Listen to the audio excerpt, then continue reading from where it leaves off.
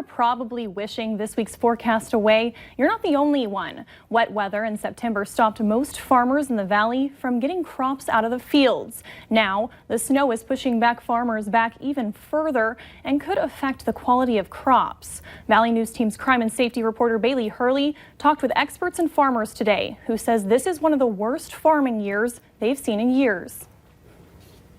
It's the calm before the storm, and farmers are taking full advantage, hoping to get as much of the crop off before Mother Nature adds more unneeded rain and snow. And if it tracks the way it appears, the North Dakota farmers will probably have a much tougher next week than the Minnesota ones. Richardson says the biggest problem with this year's harvest is the amount of moisture September brought. There's some parts of the state that got more rain in September than they average during an entire summer. Richardson says the valley did get hit with a snowstorm around this same time last year, saying most farmers were able to salvage their crops, and added for the most part he thinks that still rings true for this storm as well. But the areas that get the more significant snow, like last year in early October, there's going to be some crop damage. But Richardson added just because some farmers will be able to save most of their crops doesn't mean their yields won't take a hit. So there's really a lot of